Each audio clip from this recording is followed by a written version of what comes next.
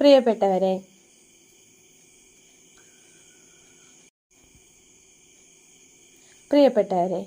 പാറയും ശില്പവും പ്രതിസന്ധികളെ എങ്ങനെ നേരിടണം?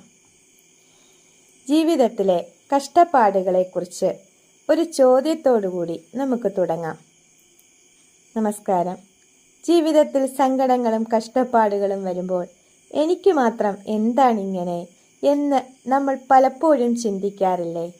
നമ്മളെ തളർത്താൻ വരുന്ന ഈ പ്രതിസന്ധികൾ യഥാർത്ഥത്തിൽ നമ്മളെ തകർക്കാനല്ല, മറിച്ച് മാറ്റിയെടുക്കാനാണ് വരുന്നത് എന്ന് വ്യക്തമാക്കുന്ന ഒരു ചെറിയ കഥയാണ് ഇന്ന് ഞാൻ നിങ്ങളുമായി പങ്കുവെക്കുന്നത്. ഒരിടത്ത് ഒരു പ്രശസ്തനായ ശില്പിയുണ്ടായിരുന്നു. മനോഹരമായ ഒരു വിഗ്രഹമുണ്ടാക്കാൻ അനുയോജ്യമായ കല്ല് തിരിഞ്ഞ് അദ്ദേഹം കാട്ടിലേക്ക് പോയി. അവിടെ വെച്ച് വലിയ 2 പാറക്കല്ലുകൾ അദ്ദേഹത്തിന് കിട്ടി. അദ്ദേഹം അതിലൊരു കല്ലെടുത്ത് തൻ്റെ ഉളിയും ചുറ്റികയും ഉപയോഗിച്ച് കൊത്താനായി തുടങ്ങി. ഒന്നാമത്തെ കല്ലിൻ്റെ വേദന ഭയങ്കരം. ശില്പിയുടെ ആദ്യത്തെ അടി വീണപ്പോൾ തന്നെ ആ കല്ല് വേദന കൊണ്ട് നിലവിളിച്ചു. അയ്യോ, എന്നെ ഉപദ്രവിക്കല്ലേ, എനിക്ക് ഈ വേദന സഹിക്കാൻ വയ്യ, എന്നെ ഇങ്ങനെ തന്നെ ജീവിക്കാൻ അനുവദിക്കണേ. കല്ലിൻ്റെ സങ്കടം കണ്ട് മനസ്സലിഞ്ഞ ശില്പി ആ കല്ല് അവിടെ തന്നെ ഉപേക്ഷിച്ചു. രണ്ടാമത്തെ കല്ലിൻ്റെ ക്ഷമ നമുക്ക് നോക്കാം. അദ്ദേഹം അടുത്ത കല്ലെടുത്ത് കൊത്താനായി തുടങ്ങി. ഉളിയുടെയും ചുറ്റികയുടെയും ശക്തമായ അടികൾ ആ കല്ലിനും കൊണ്ടു. വലിയ വേദനയുണ്ടായിട്ടും ആ കല്ല് അത് സഹിച്ചു, ക്ഷമയോടെ കിടന്നു.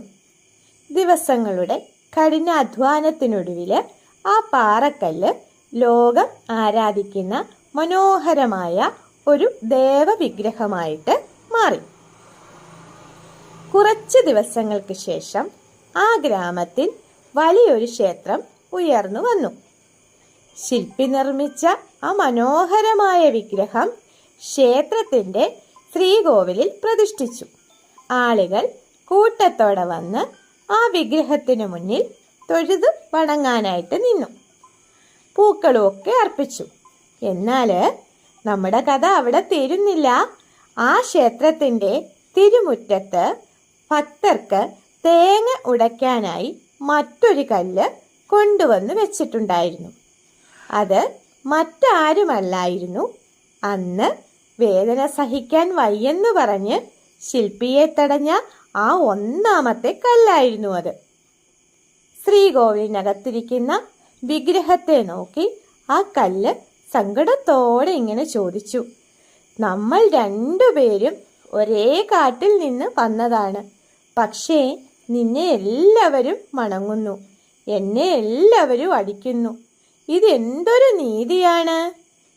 അപ്പോൾ വിഗ്രഹം പുഞ്ചിരിയോടെ മറുപടി നൽകി, അന്ന് ശില്പി ഉളി കൊണ്ട് കൊത്തിയപ്പോൾ ആ താൽക്കാലിക വേദന നീ സഹിച്ചിരുന്നെങ്കിൽ ഇന്ന് നീ എൻ്റെ സ്ഥാനത്ത് ഇവിടെ ഇരിക്കുമായിരുന്നു. അന്ന് നീ വേദന ഭയന്നതുകൊണ്ട് ഇന്ന് നീ ഇന്നും അടികൊള്ളേണ്ടതായിട്ട് വരുന്നു. നമ്മുടെ ജീവിതവും ഇതുപോലെയാണ് കൂട്ടുകാരെ. ഇപ്പോൾ നമ്മൾ അനുഭവിക്കുന്ന കഷ്ടപ്പാടുകളും പ്രതിസന്ധികളും ദൈവത്തിൻ്റെ ഉളിയടികളായിട്ട് നമുക്ക് കണക്കാക്കാം. അത് നമ്മളെ തകർക്കാനല്ല, നാളെ തിളക്കമുള്ള ഒരു വ്യക്തിത്വമായി മാറ്റിയെടുക്കാനാണ്. പ്രതിസന്ധികളിൽ തളരാതെ മുന്നോട്ടു പോകാം. ഈ കൊച്ചു കഥ നിങ്ങൾക്ക് ഇഷ്ടമായെങ്കിൽ തീർച്ചയായും ലൈക്ക് ചെയ്യാനും മറ്റുള്ളവരിലേക്ക് ഷെയർ ചെയ്യാനും ഇതുപോലെയുള്ള നല്ല ചിന്തകൾക്കായി ചാനൽ സബ്സ്ക്രൈബ് ചെയ്യാനും മറക്കരുതേ.